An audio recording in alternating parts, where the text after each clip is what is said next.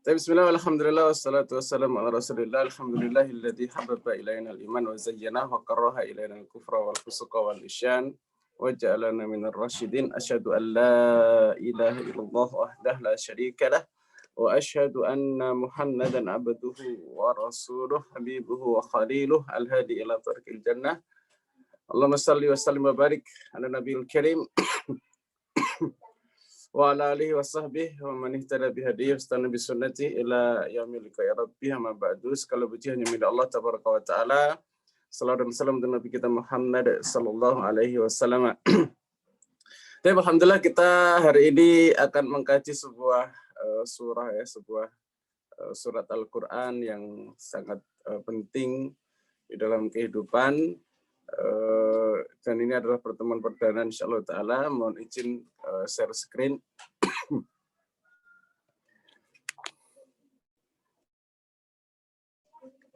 Kelihatan Ustaz, share screen?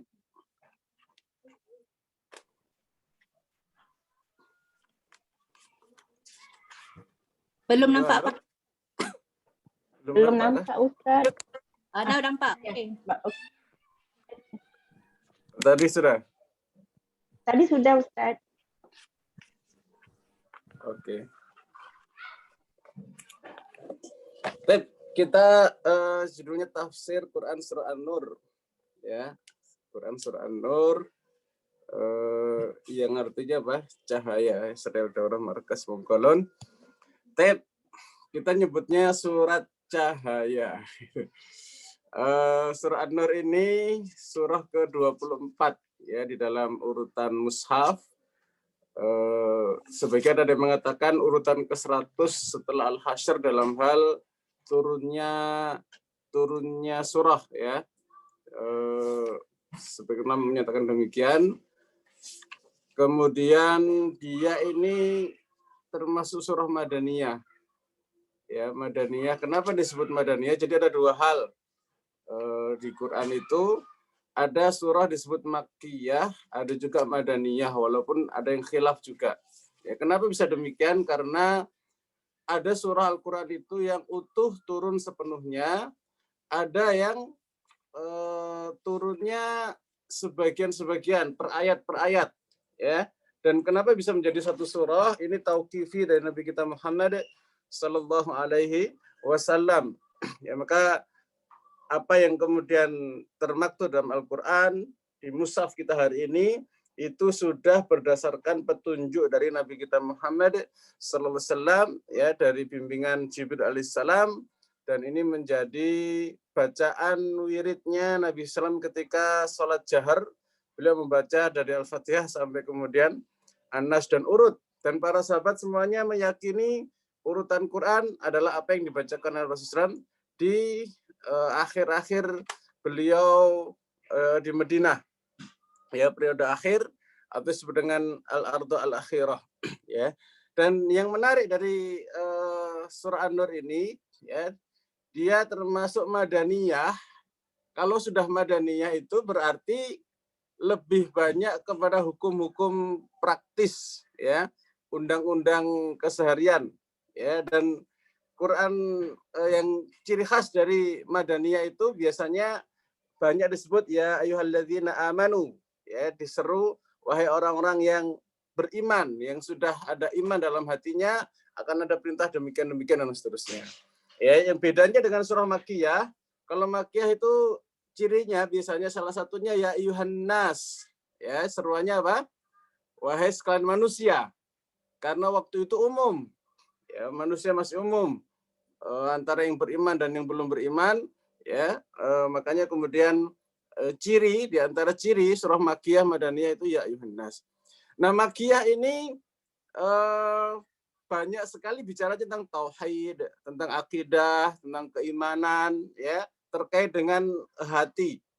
Sedangkan Madaniyah biasanya urusannya hukum-hukum terapan, ya, fikih, muamalah, interaksi sosial. Termasuk di dalam surah An-Nur ini nanti akan dibahas hubungan individu, ya, mengenal Allah Subhanahu wa taala, kemudian hubungan individu dengan individu yang lain, ya, laki-laki dengan perempuan, kemudian berkeluarga, bermasyarakat, dan seterusnya. Nanti beberapa poin akan kita sampaikan di sini ya sebagai mukadimah dari penjelasan surah tafsir surah An-Nur. Baik. Nah, sebagian ulama ada yang memberikan keterangan tentang perbedaan Makkiyah dan Madaniyah. Secara lafziyah, Makkiyah itu turun di Mekah. Ya, Makkiyah dari kata Mekah ada ya unisbah. Makkiyah berarti turun di Mekah. Ya, sedangkan kalau disebut Madaniyah turun di Madinah. Ini pendapat yang mengambil dari makna bahasa lafadznya saja. Ya, tetapi secara istilah dan ini lebih kuat ya. Kalau Makkiyah itu artinya turun sebelum hijrah. Ya, turun sebelum hijrah. Kalau Madaniyah berarti turun setelah hijrah. Loh, kalau turunnya pas hijrah? Tadi kan kalau sebelum hijrah namanya apa? Makkiyah. Setelah hijrah Madaniyah. Kalau pas hijrah? Halo? Bainiyah. Jadi ada syiddah, ada rakhawah gitu ya. Terus ada bainiyah. Ya, kalau sudah melangkah ke hijrah itu sudah masuk Madaniyah. Ya. Sehingga makna yang kedua ini lebih disepakati oleh jumhur ya. Sebab kalau pakai maknanya turun di Mekah dan Madinah nanti ada ya Nabi SAW itu setelah hijrah kemudian kan berdakwah kemana? Ke Mekah lagi kan? Atau ke Taif atau ke yang lain ya. Atau ketika di Mekah juga ada ayat-ayat yang turun tidak di Mekah. Ya, maka banyak sekali nanti ayat-ayat yang tidak termasuk Makkiyah. Padahal itu ada di peristiwa sebelum hijrah. Ya, atau Rasulullah kembali ke Mekah ketika Fathu Mekah, turunlah ayat Al-yawma akmaltu lakum dinakum wa atmamtu alaikum ni'mati wa raditu lakum Islam Madinah. Itu ayat apa itu? Makkiyah atau Madaniyah? Kalau secara tempat turun di Mekah, tapi peristiwa itu turunnya setelah hijrahnya Nabi Sallallahu Alaihi Wasallam. Maka yang lebih tepat dalam hal ini adalah pembagian Makkiyah Madaniyah itu sesuai dengan batasannya hijrah. Sebelum hijrah disebut Makkiyah, ya mulai melangkahkan kaki Nabi SAW hijrah ke Madinah sudah termasuk Madaniyah. Dan Al-Quran surah An-Nur ini termasuk apa? Madaniyah. Ya, makanya Madaniyah lebih pendekatannya kepada orang-orang yang beriman, orang-orang yang sudah siap untuk melaksanakan syariat, ya, orang-orang yang sudah sungguh-sungguh menerapkan Islam dalam kehidupan, ya, orang-orang yang secara ruhani sudah tersentuh oleh cahaya agama Allah Subhanahu wa taala. Makanya surah Nur, surah cahaya, ya, ini betul-betul surah yang menggambarkan cahaya Islam yang terang benderang sehingga mewujud di dalam perilaku kehidupan. Ya, filosofi dari nama An-Nur, cahaya. Karena gini, seluruh isi Al-Qur'an itu cahaya. Ya, seluruh surah-surahnya itu cahaya. Ya, semuanya mengandung makna, mengandung penerangan ya yang akan memberikan manfaat buat kehidupan manusia. Tapi khusus surah An-Nur ditegaskan lagi ya bahwa ini betul-betul surah An-Nur, surah cahaya. Ya, apa mana cahaya nanti setelah ini insya Allah. Ya, nah berarti siap-siaplah setelah ini kita akan membahas perkara-perkara yang akan memberikan cahaya di kehidupan kita. Ya, karena dengan kita melakukan itu kehidupan itu akan jadi terang. Tapi kalau meninggalkan itu siap-siap akan banyak kegelapan-kegelapan. Nah, apa sih cahaya dan apa sih kegelapan? Baik, kita mulai masuk. Ya, makna nur atau cahaya. Ya, di dalam Al-Quran kata-kata nur ya atau cahaya itu tersebutkan di beberapa tempat. Ya, banyak sekali. Nanti kita akan telusuri beberapa contohnya yang semua maknanya terbagi jadi dua. Makna pertama adalah makna fisik, makna zahir, ya cahaya yang kita tahu cahaya sinar ya. pancaran atau pantulan, ya, dan atau pantulan, karena nanti akan ada ayat yang menerangkan tentang cahaya. Cahaya itu enggak cuman sumbernya, tetapi yang terkena pantulan terus dia memantulkan cahaya itu juga menghasilkan nur, ya, menghasilkan cahaya, ya. Jadi makna nur secara fisik, ya, pancaran dan atau pantulan cahaya yang menerangi sekitarnya sehingga objek terlihat jelas. Saya ulang, ya, makna nur secara fisik, pancaran dan atau pantulan cahaya yang menerangi sekitarnya sehingga objek terlihat jelas. Ini makna secara zahir. Ya.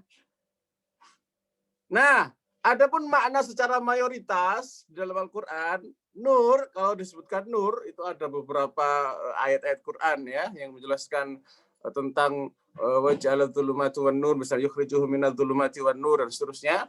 Ya, maka nur itu maknanya secara apa disebutnya? Secara batin, ya, secara makna bukan fisiknya, ya, adalah tuntunan-tuntunan dalam kehidupan yang memberikan cahaya kepada kita, mana yang harus dikerjakan dan mana yang ditinggalkan, mana yang halal dan mana yang haram.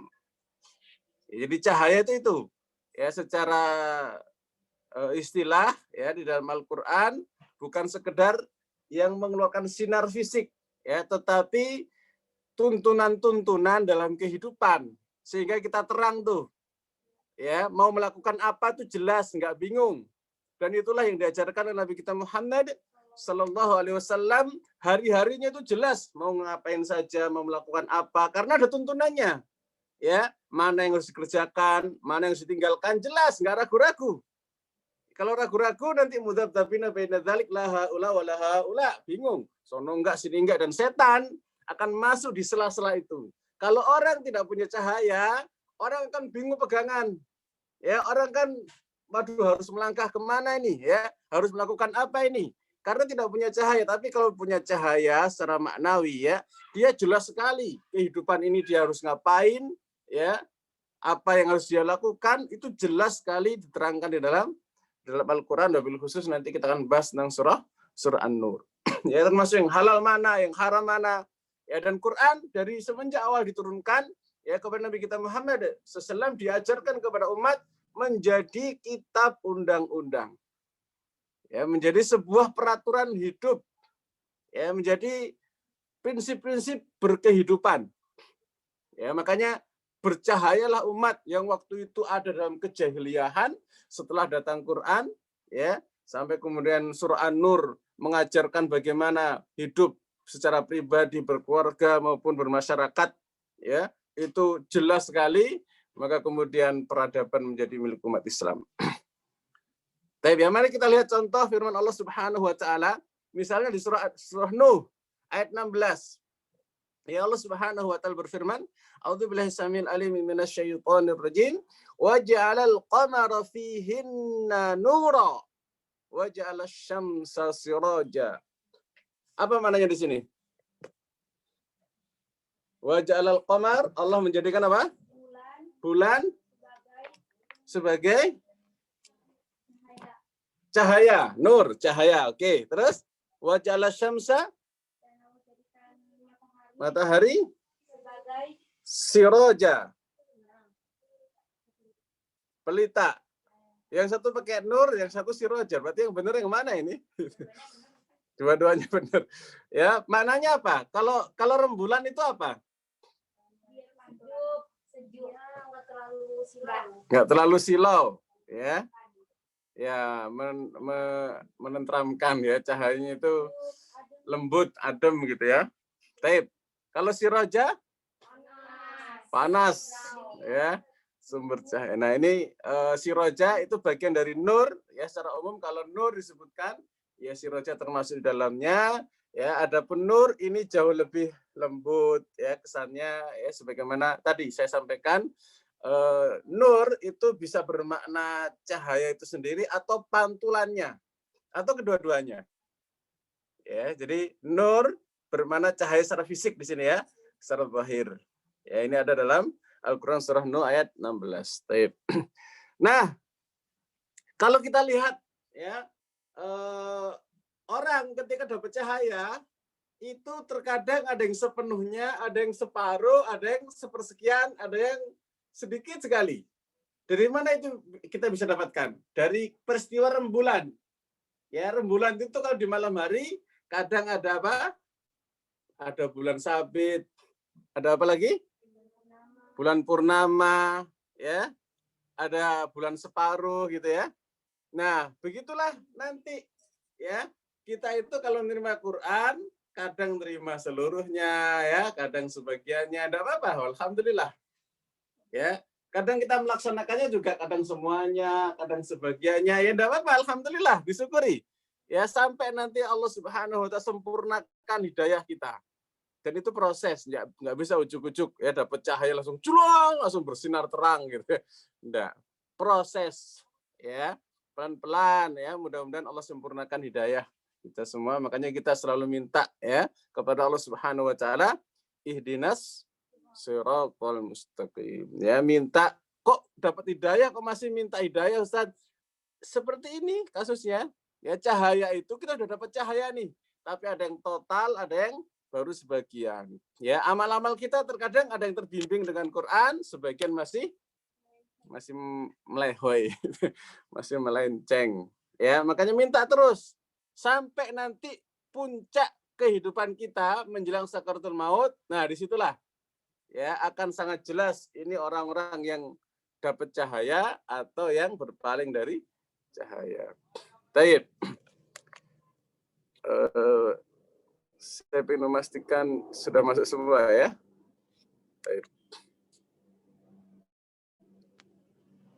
Nah, kembali ke slide. Nah, tadi cahaya fisik. Sekarang kalau ayat Quran ini nyinggung sedikit, nanti kita akan detail di kesempatan yang lain ya tentang surah An-Nur ayat 35. Kenapa surah An-Nur disebut sebagai surah Nur? Karena mengambil lafadz nur di ayat 35. Ya, dan surah An-Nur ini surah namanya tauqifiyah, nggak ada nama yang lain. Ya, sebagaimana perkataan misalnya Umar bin Al-Khattab radhiyallahu anhu, ya, dari zaman dulu sudah disebut dengan surah Nur. Ya, alimun nisaakum surah An-Nur. Ya, begitu juga dengan sabda Nabi sallallahu alaihi wasallam, ya, ajarkanlah wanita kalian memintal dan juga surah An-Nur. Ya, termasuk banyak sekali pesan-pesan dari sahabat-sahabat yang lain ya untuk para wanita, untuk laki-laki fokus banyak ke Al-Maidah. Kalau para perempuan wanita usahakan mendalami surah An-Nur. Ya. Baik. Nah, sebab disebut dengan surah An-Nur karena ayat 35 cerita tentang Allahu nurus samawati wal ard. Ya, Allah lah nur, cahaya. Ya, ada yang mentafsirkan dengan pemberi cahaya, ya, atau Allah lah sumber cahaya, ya. Nurus samawati wal ard. Nanti kita akan detailkan ketika sudah sampai di 35 ini, ya. Nah, di sini Allah Subhanahu wa taala menegaskan, ya, baik secara hissi maupun maknawi. Hissi itu fisik ya. Jadi kita hari ini bisa melihat ya, bisa terang di siang hari ya, malam hari ada rembulan ya. Kemudian hari ini dengan teknologi ada listrik, ada lampu segala macam. Itu asal muasalnya semua energinya dari siapa? Dari Allah Subhanahu wa taala. Jadi betul-betul Allahu nur samawati wal ard itu hissi maupun maknawi. Secara fisik zat ya, bahkan Rasulullah SAW ketika bertemu dengan Allah Subhanahu wa taala di Isra Mi'raj itu terhijab. Hijabnya apa? Cahaya. Ya. Dan salah satu kebesaran Allah Subhanahu wa taala ya, pakaiannya adalah cahaya. Wih, gimana tuh? Ya, hari ini kita belum bisa membayangkan nanti ketika di surganya Allah Subhanahu wa taala ketemu nanti. Ya. bagaimana nur sejati dari Allah Subhanahu wa taala. Hari ini kita cuma dapat pancaran-pancaran saja. Dan ini sudah menjadikan kita apa? Harus bersyukur betul nikmat cahaya dari Allah Subhanahu wa taala, nikmat bisa melihat, ya. Ada satu makhluk, ya, yang dia itu buta. Tapi hebatnya dia bisa beranak pinak, ya. Pernah tahu laron nggak? Ya, dia itu aslinya buta. Makanya dia terbangnya itu nggak karuan kan? Wah, burak, nabrak ini. Ya, kenapa demikian? Dia itu buta. Sehingga dia itu taunya jatuh, nanti dia lari-lari kemana, nempel ketemu pasangannya, sudah itu ketemu. Ya, setelah itu beranak pinak dan masuk lagi ke dalam goa rumahnya, ya, rayap, ya. Setelah itu apa? Dia buta di dalamnya dan dia makan aja nggak tahu arah, tapi dengan izin Allah lain, ya, ilmu yang Allah berikan kepada mereka menjadikan mereka hidupnya demikian. Ya, dan Masya Allah kita manusia dikasih apa? Dikasih terang, dikasih bisa melihat, dikasih mata. Ya, ini nikmat yang besar dari Allah Subhanahu wa taala. Ya, mungkin sebagian saudara kita ada yang buta, bahkan ada kisah, ya, orang buta menikah dengan orang buta. Punya anak, bayangkan. Dan anaknya bisa diurus, bisa dewasa, bisa gede. Allah karim. Ya, lihat hikmahnya Allah Subhanahu wa taala. Ya, jadi Allahu nurus samawati wal ardi, sini Allah itu cahaya baik secara hissi maupun maknawi. Ya, secara zat cahaya itu dari Allah Subhanahu wa taala, dan termasuk hijabnya Allah adalah cahaya. Ya, nanti ketika disingkap, wah, di sanalah, ya, kesempatan melihat langsung wajah Allah Subhanahu wa taala, ya, ketika disingkap cahaya, ya. Dan salah satu bentuk Allah Subhanahu wa taala menampakkan cahayanya adalah adanya matahari, adanya rembulan, ya, adanya cahaya yang bisa kita nikmati hari ini. Ya, secara maknawi adalah syariatnya, ya, hukum-hukumnya, kemudian ayat-ayat nasihatnya, itu semua juga cahaya, tapi secara apa? Secara maknawi. Ya, dan kita harus pahami bahwa Quran itu seluruhnya adalah petunjuk yang memberikan cahaya secara maknawi. Ya, masalun nuri kamiskah. Ya, permisalan cahaya Allah seperti miskat, fiha misbah, dan seterusnya. Ya, Allah katakan sampai nurun ala nur. Cahaya di atas cahaya, saking dahsyatnya cahaya Allah Subhanahu wa taala baik secara secara fisik maupun secara maknawi. Ya, jadi Allah Subhanahu wa taala menerangkan di ayat ini, nanti kita perdalam di kesempatan yang lain, bahwa cahaya Allah itu punya dua makna, makna fisik maupun makna batin, ya, hissi maupun maknawi, yang bisa diindra oleh mata maupun yang bisa dirasa oleh hati kita. Coba kalau ini masaluhum, surah Al-Baqarah, ya, masaluhum kamatsalil ladzi istauqada nara falamma adha'at ma haulahu dhahaba Allahu binurihim wa tarakahum fi dhulumatil la yubsirun. Ya, permisalan mereka siapa? Orang munafik. Ya, adalah orang yang menyalakan api ketika terang, ya, dia jalan, ya, kemudian Allah hilangkan cahaya mereka dan meninggalkan mereka dalam kegelapan dan mereka nggak bisa ngelihat. Ini cahaya apa maksudnya? Nur binurihim, dhahaballahu binurihim. Allah hilangkan tuh cahaya mereka. Maksudnya apa? Fisik atau maknawi? Hissi atau maknawi? Fisik atau batin? Maknawi. Maknawi.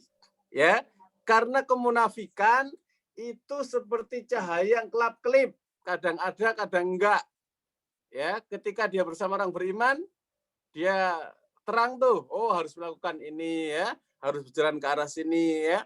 Tapi ketika dia bersama orang munafik yang lain atau bersama orang yang kafir, dia gelap lagi. Ya, sehingga dia melakukan yang dilarang, yang haram-haram. Ya, maka di akhirat ya Allah berikan permisalan. Orang yang demikian itu ya adalah orang-orang yang dia dapat cahaya karena dia bersama orang beriman. Giliran dia pergi dari orang-orang beriman, dia bersama dengan orang-orang yang durhaka, hilang cahayanya. Jadi bayangkan ya, Allah Subhanahu wa taala menerangkan di Al-Qur'an itu indah sekali. Ya. Jelas gamblang bahwa iman itu cahaya, maksiat, kekufuran, dosa itu kegelapan. Di dunia wal akhirat, dunia maupun akhirat.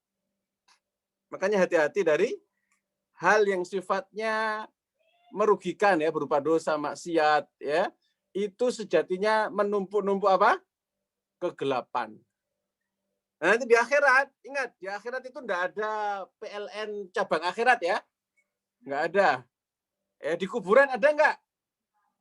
PLN cabang kuburan alam barzah enggak ada. Ya. Berarti nanti di sana gelap-gelapan dong Ustaz. Iyalah. Kecuali yang dapat cahaya. Cahaya apa? Cahaya iman, cahaya amal soleh ya. Jadi taat kita kepada Allah Subhanahu wa taala, kebaikan-kebaikan kita kepada orang tua kita, kepada keluarga kita ya, anak istri misalnya yang sudah punya anak, cucu dan seterusnya misalnya kan, ya. Kebaikan-kebaikan itu semua akan menjadi bekal-bekal cahaya yang menerangi kehidupan akhirat kita. Ya, sejatinya kita di dunia ini sebenarnya ngumpulin cahaya, ngumpulin energi ya supaya bisa terang nanti kehidupan akhirat kita. Dan semua itu atas karunia dari Allah Subhanahu wa taala. Tapi kemudian ayat berikutnya summum bukmun umyun fahum la yarjiun. Ya, orang munafik ini sudah terlanjur dalam kemunafikannya sehingga dari hilangnya cahaya itu dia seolah apa? Tuli, kemudian tuli, bisu, buta. Itu suasananya kayak gimana tuh? Ya, denger nggak bisa, ngomong nggak bisa, ngelihat nggak bisa. Na'udzubillah min dzalik. Ya, dan itu sudah derajat kekufuran. Fahum la yarjiun, nggak bisa balik. Mau maju nggak bisa, mundur juga nggak bisa. Ya, kebayang nggak situasi seperti itu? Aduh, nanti di surah An-Nur itu akan ada pembahasan. Ya, sampai mengeluarkan tangan aja nggak bisa ngeliat itu tangan. Taib ya. Nah, ini berarti nur Allah terangkan seolah-olah fisik, tapi sejatinya maknanya apa? Maknanya adalah batin atau cahaya iman, cahaya ketaatan dan seterusnya. Nah, kalau ini surah Al-Baqarah masih ayat 257. Allahu waliyyul ladzina amanu yukhrijuhum minadh dhulumati ilan nur. Apa di sini nur di sini?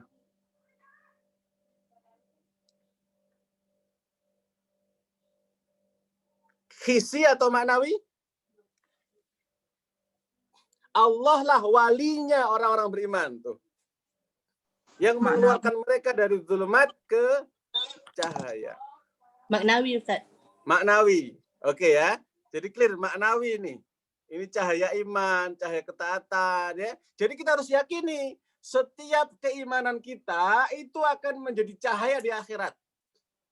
Ya, cahayanya hisi maupun maknawi. Jadi neraka itu ya, kenapa neraka itu menjadi tempat penyiksaan yang sangat berat ya? Jangan dibayangkan neraka itu cuman gara-gara api menyala terus jadi terang gitu, enggak. Ya, neraka itu salah satu situasi itu gelap gulita. Saking panasnya api, ya api itu kalau dibakar ya menyala merah gitu kan, kemudian sampai putih. Ya, level berikutnya sampai hitam. Saking panasnya. Jadi kalau sudah api itu sudah warnanya hitam, karena kalau kita kan sering merah, biru gitu ya. Biru kemudian apa? Hijau, ada hijau-hijaunya, ada putihnya gitu kan. Ya. Kemudian paling tinggi itu nanti justru hitam. Dan kalau hitam itu gelap. Ya, dan neraka itu situasinya gelap gulita, salah satu situasinya ya. Gelap gulita, tidak ada cahaya. Kenapa? Karena pelaku-pelakunya dulu mengumpulkan kegelapan waktu di dunia dengan durhaka, maksiat, ya bahkan kufur kepada Allah Subhanahu wa taala. Kalau katakan zulumat. Ya, kegelapan-kegelapan. Ya, dan ini indah sekali ya. Allahu waliyyul ladzina amanu yukhrijuhum minadh dhulumati ilan nur. Ya, Allah lah wali. Wali itu apa sih? Penjamin. Ya. Wali murid berarti yang menjamin murid itu kalau ada apa-apa penanggung jawabnya siapa? Walinya. Ya, wali kelas. Kalau ada di sebuah kelas yang paling bertanggung jawab di kelas itu siapa? Wali kelas, ya, atau gurunya, ya, guru wali kelas, ada seperti itu ya.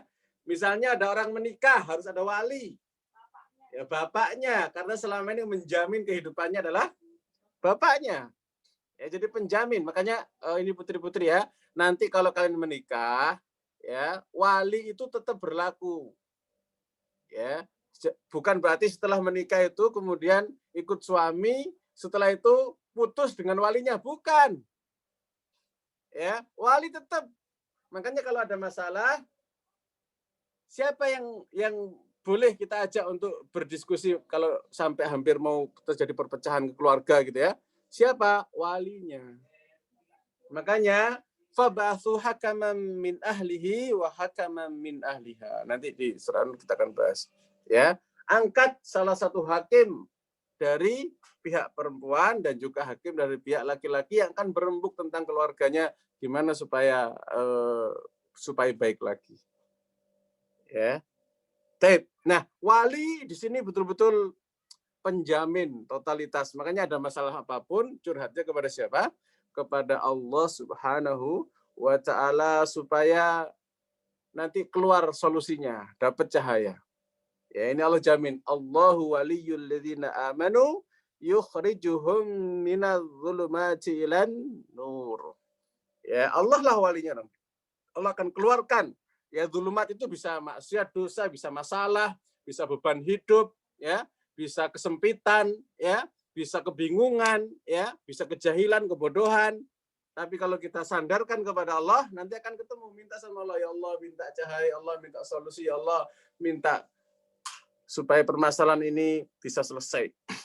Ya, kepada siapa itu? Kita kepada Allah Subhanahu wa taala.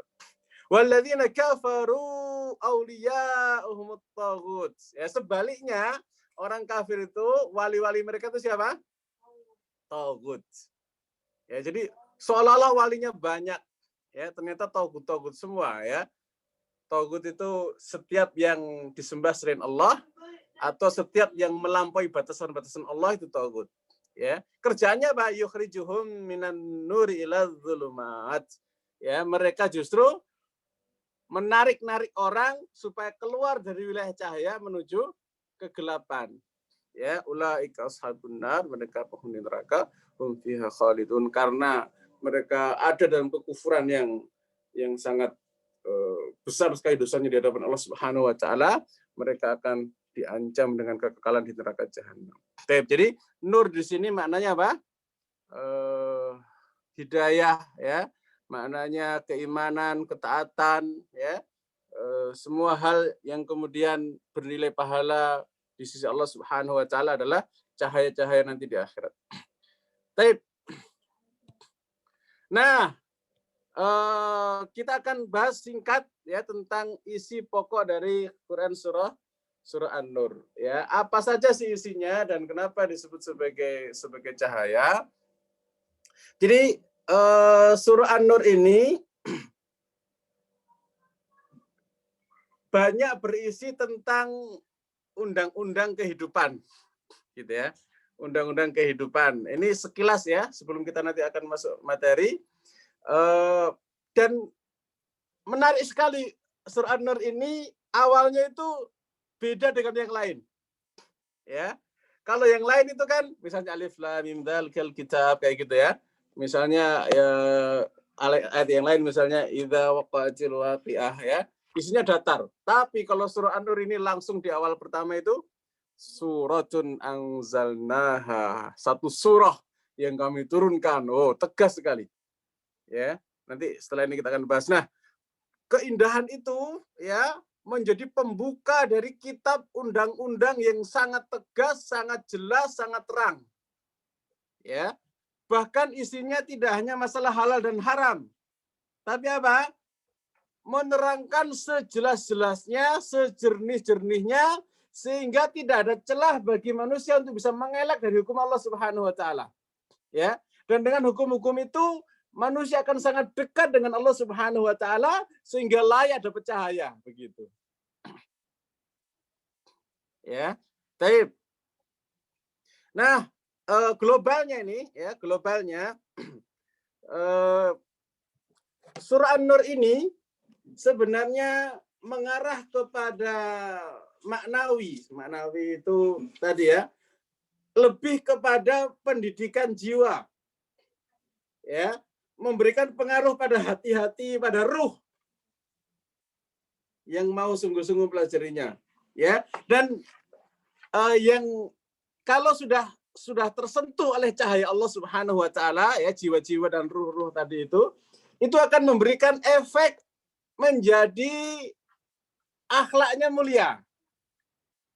Ya, begitu ya. Ceritanya ini bangunan surah An-Nur itu menyentuh hati-hati manusia yang sudah tersibghah ya, terwarnai dengan cahaya, yang sudah mengenal cahaya Allah Subhanahu wa taala, akan menghasilkan akhlak-akhlak mulia.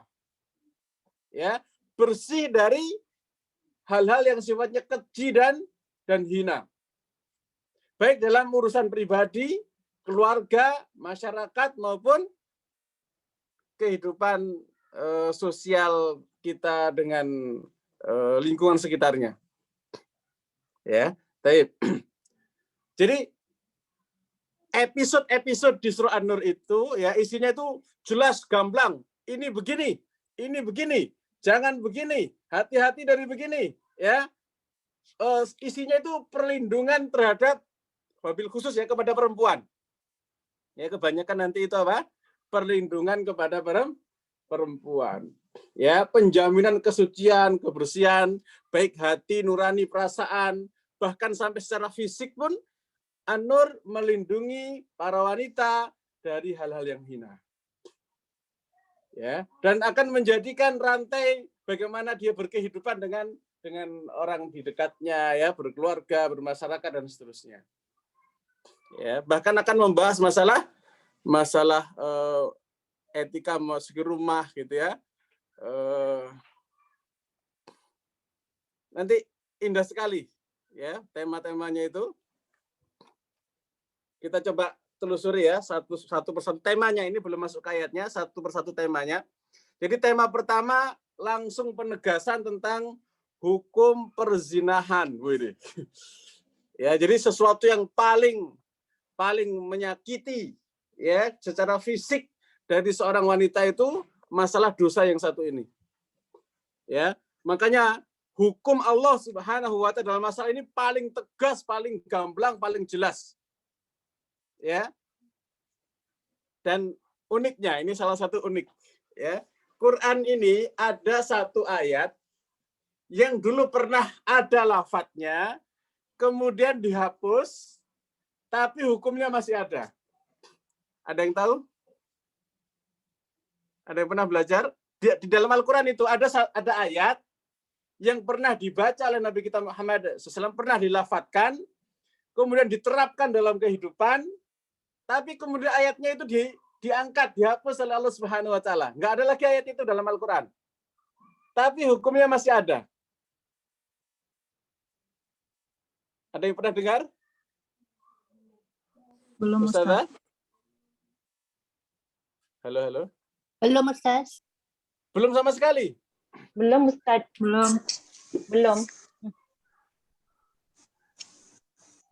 Baik, ini nih saya tunjukkan ayatnya nih. Judulnya berarti apa ya? Ayat yang terhapus lafadz gitu ya. Terhapus secara lafadz.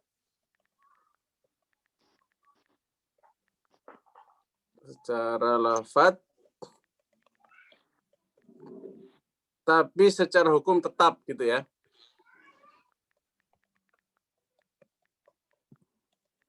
Ini unik ya. Jadi dulu ada ayat wasyaikhu wasyaikhatu farjumuhuma albattah. Ya, farjumuhuma albattah. Jadi kalau ada seorang laki-laki yang sudah tua, maksudnya sudah menikah ya, sudah pernah ya berhubungan wasaikhatu dan juga seorang perempuan ya yang sudah menikah juga ya, farjumuhuma, kalau sampai mereka berbuat zina, farjumuhuma, maka rajamlah keduanya albattah ya, dengan sangat jelas. Nah, ini ayat yang apa? Secara lafaz sudah tidak ada dalam Al-Quran, tapi secara hukum masih diberlakukan. Nah, nanti ya, masuk di ayat pertama nanti. Ya, pertama, kedua, itu pernah, karena gini, Umar bin Khattab itu pernah menulis atau berkhutbah. Ya, kami pernah melaksanakan ya sunnah Rasulullah SAW, yaitu merajam orang yang berzina. Ada beberapa kasus ya, di antaranya misalnya ada seorang wanita Ghamidiyah ya, kemudian ada Ma'is ya, kemudian ada beberapa yang ngaku ya, dan seterusnya. Maka kemudian terjadilah rajam, walaupun itu ceritanya sangat luar biasa ya. Rasulullah itu ketika diminta untuk menghukum itu beliau lebih kepada pengen mengampuni. Tapi kalau dilaporin, ditegakkan. Ya, tapi dalam masalah ini beliau sangat sensitif. Bahkan ketika misalnya Ma'is ya datang, ya Ma'is itu salah satu penduduk kampung mana gitulah ya, datang ya Rasulullah ya, saya sudah berzina. Apa yang Rasulullah tanyakan? Enggak, mimpi kali. Enggak ya Rasul, kenyataan gitu kan. Enggak, paling juga cuma senggol-senggolan. Ya, ini salah satu kisah unik ya Rasulullah itu ya, manusiawi ya. Beliau pengen sekali, udahlah seolah-olah ini ya, lisanul halnya itu udah, kalau Anda berbuat dosa itu udah tobat sama Allah, selesai urusan. Ya. Tapi kalau sudah dilaporkan, kemudian dengan kesadaran segala macam, ya udah dilaksanakan, dan kemudian dilaksanakanlah hukum rajam. Ya. Datang lagi misalnya seorang wanita Ghamidiyah. Ghamidiyah itu salah satu suku di sana di Arab. Ya. Ya Rasulullah, saya berzina gini-gini ya, bahkan saya sudah hamil segala macam. Apa kata Rasulullah? Enggak kali gitu kan. Oh ya Rasulullah, ya udah kalau Anda memang hamil ya, pulang dulu, lahirkan anak Anda, baru nanti datang lagi untuk dihukum ya. Pulang, ngelahirin, balik lagi. Ya, padahal aslinya kalau seandainya Rasulullah ya ini nggak datang kepada Rasulullah, itu udah diampuni, nggak dicari-cari, datang lagi. Kemudian susui dulu sampai 2 tahun, balik lagi susui, datang lagi.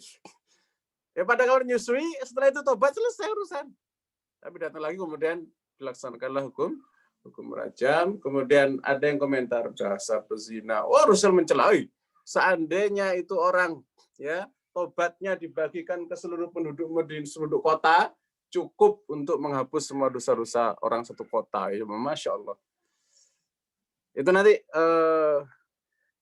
di beberapa rincian nanti kita akan detailkan insya Allah. Jadi isi pokoknya itu terkait dengan apa? Perlindungan dari dosa yang sangat luar biasa ini. Ya. Kemudian masih keterkaitan dengan itu adalah hukum menuduh berzina kepada perempuan yang baik. Nah, ini sekitar ayat 4 sampai 10. Ya.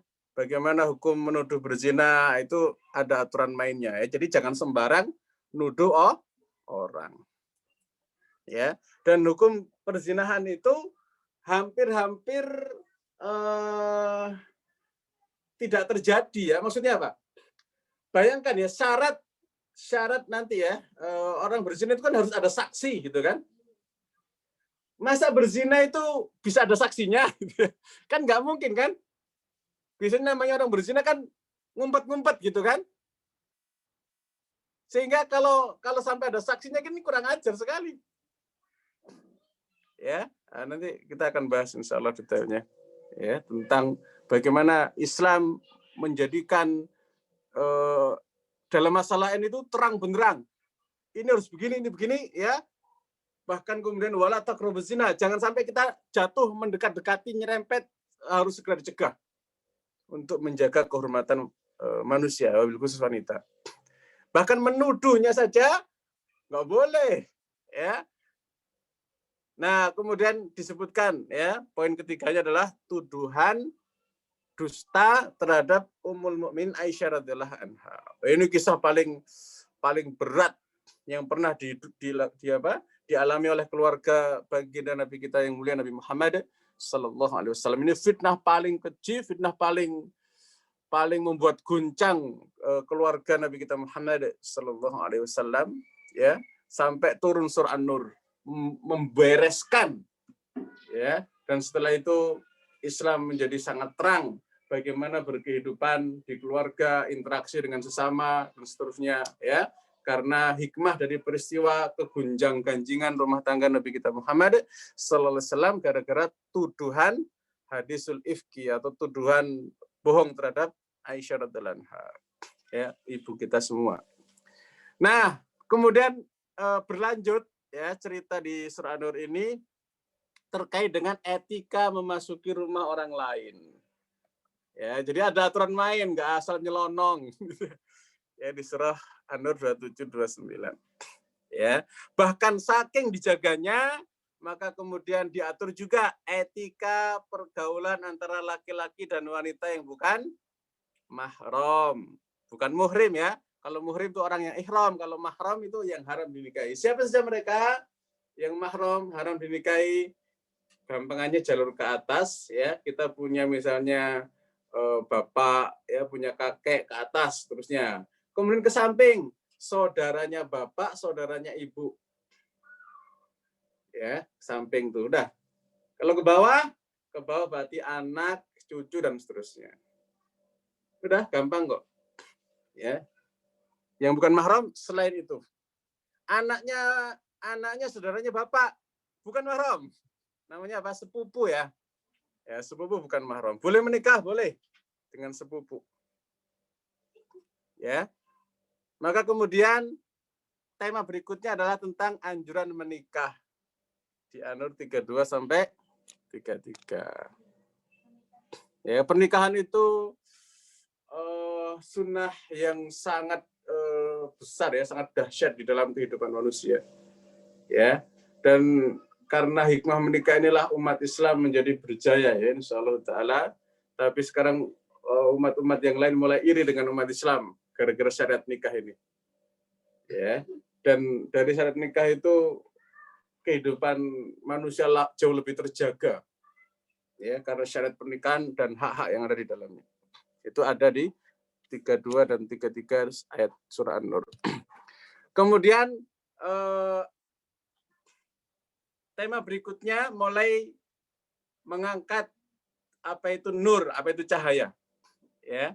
Yaitu tadi, ya, tentang ayat Al-Qur'an itu adalah nur ilahi pada langit dan bumi.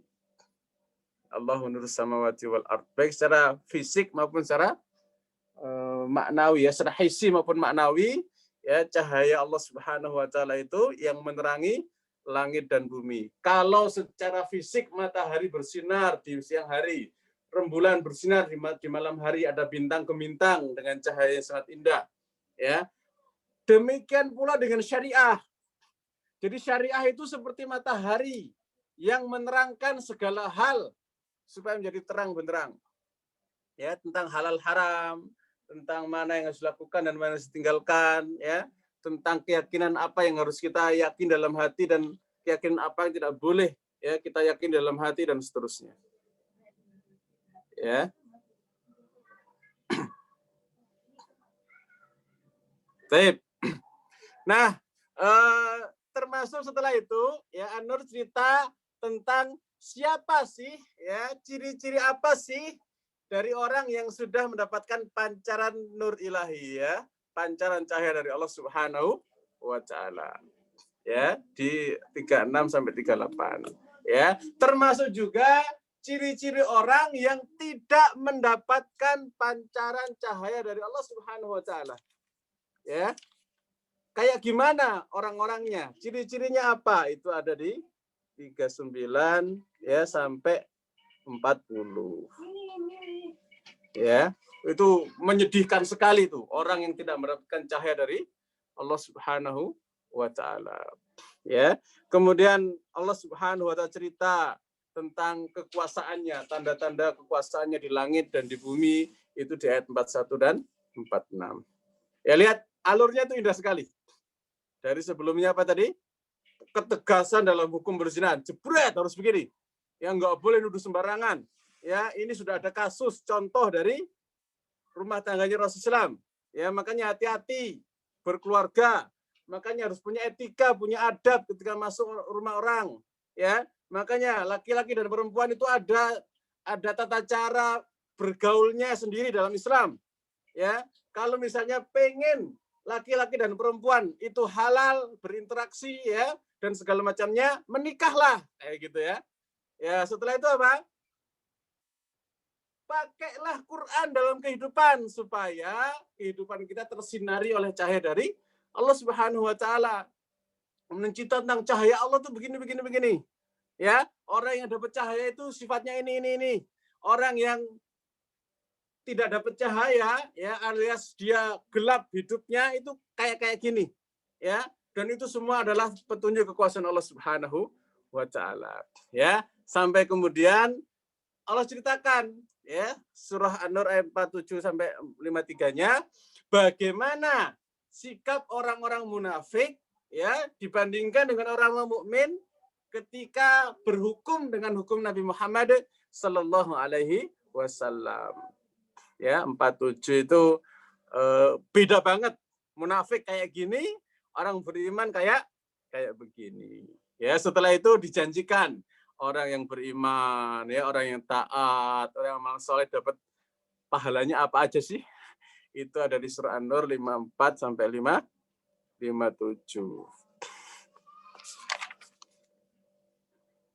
Tape ya. Nah, kemudian kembali lagi balik ke rumah. Ya, setelah jalan-jalan ke masyarakat, balik lagi mana? Ke rumah. Etika pergaulan dalam rumah tangga. Ini ada di An-Nur 58 sampai 61. Ya. Nah, ini penting sekali nih. Apalagi para wanita ya, para perempuan itu sejatinya adalah raja rumah gitu. Atau pemimpin keluarga di rumah. Kalau pemimpin rumah tangga kan suami. Tapi kalau rumah doang itu istri. Saya ulang ya. Kalau rumah tangga itu pemimpinnya siapa? Suami, yang punya kekuasaan suami, yang menentukan hukum suami ya, yang bikin aturan begini suami. Tapi kalau sudah di rumah doang itu istri. Loh, Ustaz kok berbeda? Bukan, itu seperti raja dan perdana menteri. Kalau urusan negara ya, negara kesatuan keluarga gitu, itu suami. Tapi kalau udah rumah, apalagi kamar, ya itu urusan istri. Makanya jaga tuh rumah ya.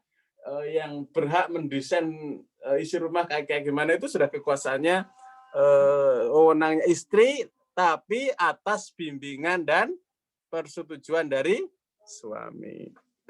Ya, maka pinter-pinterlah punya adab, punya etika di dalam rumah. Ya, dan rumah tangga ada etika dan pergaulan tersendiri dalam Al-Qur'an, itu diatur dalam surah An-Nur 58 sampai 61.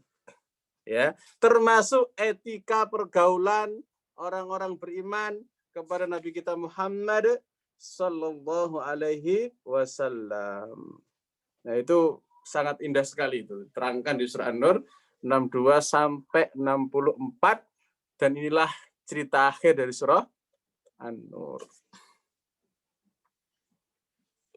Taib. Nah, oke, sebagai pembuka kita akan masuk surah An-Nur. Taib ya. A'udzubillahi samil alim minasyaitonir rajim. Bismillahirrahmanirrahim. Suratun anzalnaha wa faradnaha wa anzalna fiha ayatin bayyinatin la'allakum tadhakkarun. Lihat, pembukaannya itu unik ya. Seperti saya sampaikan tadi, unik, beda, khusus, surah An-Nur itu beda pembukaannya dibandingkan yang lain. Apa bedanya? Rasakan, ya, rasakan dengan ayat-ayat yang lain atau surat-surat yang lain, ya. Yang lain itu seolah-olah ada mukadimah dulu, gitu ya. Ada alif lam mim, misalnya alif lam ra, ya, misalkan nun atau kaf ha ya ain sad, misalnya kan. Cerita tentang Al-Qur'an begini ya, misalnya kan. Atau selalu mukadimahnya itu tentang hal-hal ringan gitu. Tapi untuk surah An-Nur itu langsung ke tema isi. Ya. Langsung mantep. Langsung jebret. Jebret itu apa ya? Enggak pakai basa-basi gitu. Ya, langsung suratun. Nah, ini adalah surah. Surah itu kumpulan dari ayat-ayat, ya, semacam Allah Subhanahu wa taala hendak memberikan kepada kita satu surat khusus, ya, yang isinya apa? Kitab-kitab perundang-undangan gitu ya, yang isinya sangat tegas. Makanya kemudian ayat berikutnya, lafaz berikutnya, anzalnaha wa faradnaha. Ya, ini bisa dibaca dengan dua cara. Ada yang faradnaha, ini Imam Hafs, ya. Bacaan yang lain dengan apa? Dengan mentasdidkan farad. Farad, ra-nya ditasdid. Nanti kalau ketemu qiraah yang lain, ya, ra-nya ini ada yang ditasdid. Ya, di antaranya Ibnu Katsir, Abu Amr mentasdidkan ra. Ya. Farradnaha. Apa bedanya? Kalau farradnaha itu kami fardukan, ya, kami wajibkan. Kalau farradnaha benar-benar lebih ditekankan. Dan dua-duanya maknanya saling melengkapi. Ingat, Quran itu saling mentafsirkan, saling menguatkan ayat dengan ayat atau bacaan dengan bacaan, gitu ya. Tidak ada bacaan Quran itu yang saling bertentangan. Satu ayat maupun ayat yang lain, satu bacaan, riwayat satu maupun riwayat yang lain. Itu semua saling menguatkan. Ya, semakin beragam bacaan, semakin mengandung makna yang berbeda, tapi saling melengkapi. Ya, faradnaha untuk riwayat kita, kalau farradnaha untuk riwayat yang lain Ibnu Katsir dan Abu Amr Al-Basri. Taib. Wa anzalnaha wa anzalna fiha, diulang lagi. Wa anzalna fiha. Ya, Quran itu kalau diulang ini berarti maknanya apa? Harus sungguh-sungguh diperhatikan gitu. Ya, makanya surah An-Nur ini sangat penting, darurat militer kalau boleh kita sebut, ya. Harus disampaikan kepada umat kaum wanita terutama. Ya, laki-laki juga harusnya tahu, ya. Terutama wanita harus tahu. Jadi ini seolah-olah menarik perhatian, ya, dengan cara pembukaan yang berbeda supaya betul-betul kaum muslimin, wabil khusus para kaum hawa, ya, untuk peduli betul dengan surat ini. Wa anzalna fiha, diulang anzalnya sampai 2 kali. Pertama anzalnaha, setelah itu apa?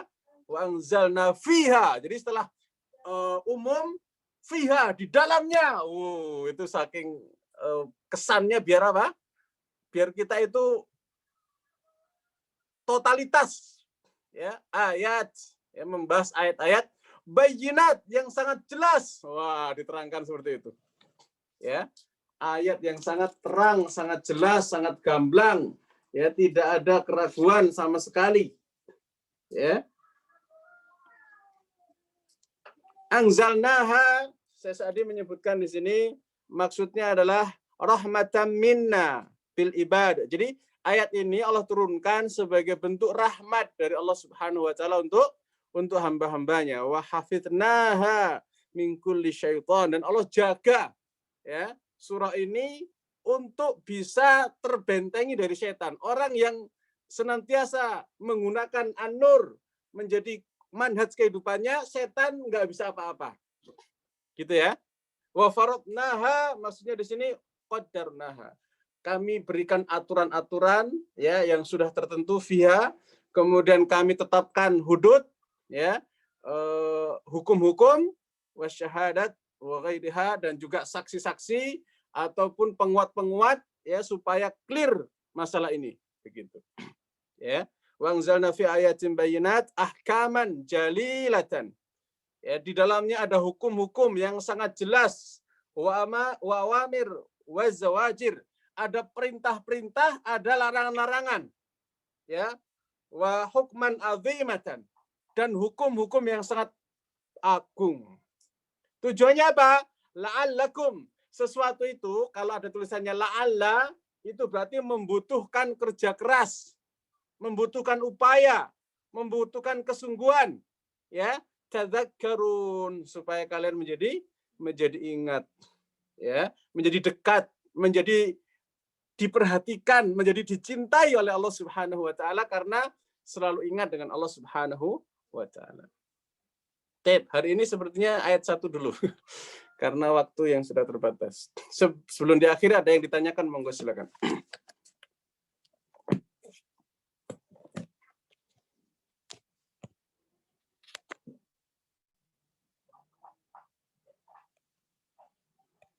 Santri, boleh? Ada yang ingin ditanyakan? Ustazah? Ini baru mukadimah, insyaallah ya. Afwan, Silakan, Ustaz mau Ustazah nanya Semara. ini pakai apa ya Ustaz, tafsirnya? Buku tafsirnya. Yang ada di depan saya hari ini Taisirul Karim Rahman. Tafsirnya Syekh Sa'di ya, fi tafsir Kalamil Mannan. Ini Nggak kelihatan. saya bilangkan background-nya dulu sebentar.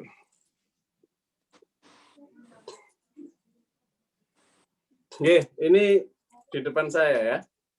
Tafsirnya ini paling ringkas, paling mudah sebenarnya. Tapi nanti juga kita gunakan Aisyarut Tafasir, termasuk kita gunakan fi zilalil Quran, dari segala macam lah. Ya, kita ambil dengan bahasa yang paling sederhana, mana yang paling mudah untuk difahami dan paling bisa membekas dalam jiwa. Kita coba nanti bikinkan slide-nya ya supaya peserta bisa lebih mudah di dalam menelaah. Begitu Sadang ya? Bukan Ustaz. Afwan. Ustaz, minta maaf nak tanya. Tadi kan yang Ustaz cakap ada seorang wanita penzindah tu bila datang ke Nabi beritahu tentang perbuatannya. Jadi maknanya di dalam Islam tu sekiranya kita berbuat sesuatu dosa, sebaiknya simpan di antara kita dan Allah sahaja dan kita bertaubat. Tak perlu untuk beritahu kepada untuk orang lain agar kita macam minta dihukum gitu. Begitu. Ya, sebaiknya demikian ya.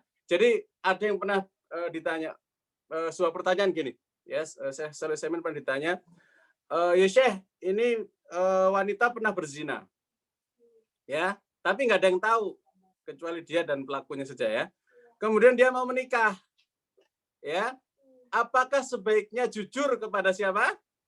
Calon suaminya atau dia diem saja, ya, atau minta dihukum? Ya, maka saya menjawab gini. Kalau ya dia bisa taubat sungguh-sungguh kepada Allah Subhanahu wa taala, maka cukup antara dia dan Allah saja yang tahu. Ya, antara dia dan Allah saja yang tahu. Terus nanti seolah-olah nggak jujur dong. Bukan nggak jujur, tapi juga jangan berdusta. Ya, diam saja. Ya, kemudian kalau ternyata satu dua hal ya terjadi masalah, ya sudah, berarti Anda misalnya sudah menikah ya kan? Kemudian ada masalah, bercerai. Nah, pernikahan setelah dia cerai, dia kan janda. Menikah dengan berikutnya tentu akan lebih selamat tanpa harus cerita.